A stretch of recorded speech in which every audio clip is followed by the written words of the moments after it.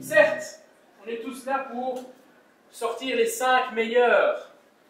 Certes, on cherche aussi ceux qui vont avoir le premier, deuxième et troisième prix du stade. Il y a 7 critères qui ont été définis par le comité organisateur qui vont du plan marketing à la qualité du produit, à la capacité à l'équipe à le proposer, à la force de l'équipe, au label dont l'équipe dispose, j'en oublie encore certainement. Il y a encore la langue, l'anglais évidemment, connaissance de l'anglais.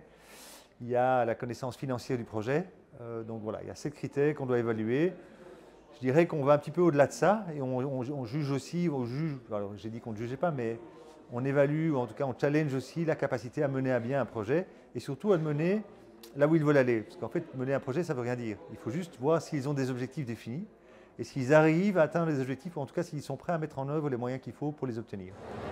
What about your English? Who speak English here? Alors, c'est le tout début de la journée, bien sûr. On en a déjà vu 2. J'ai l'impression que le niveau est très très élevé. Il y a beaucoup d'animations dans la salle et il y a, si j'ai bien compris, 111 candidates à mini-entreprise et je trouve ça remarquable. La Loterie nationale a un impact sociétal important et plus elle peut accompagner des histoires qui vont déboucher sur des réussites, un bien-être social, de l'emploi, de la responsabilité, du respect, le soutien des valeurs importantes de la société, plus c'est important pour la Loterie nationale. Et donc, de ce titre-là, on est fiers d'accompagner les mini-entreprises. Juste pour vous féliciter tous. J'ai eu plusieurs coups de cœur, mais je crois que ça qui m'attire le plus, c'est de voir la passion, comment les étudiants présentent leurs produits, leur capacité d'aller vers les clients, donc comment ils présentent leurs produits.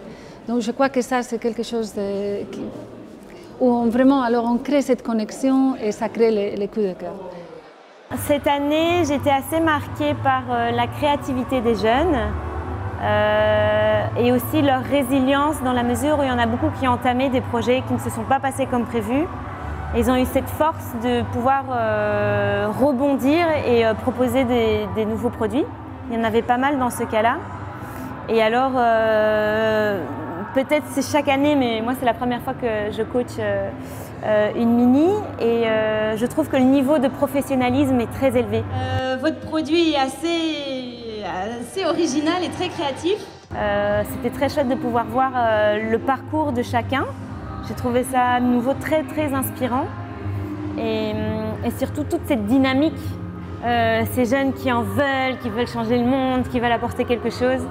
Je sors de cette journée vraiment pleine d'énergie, donc c'est super.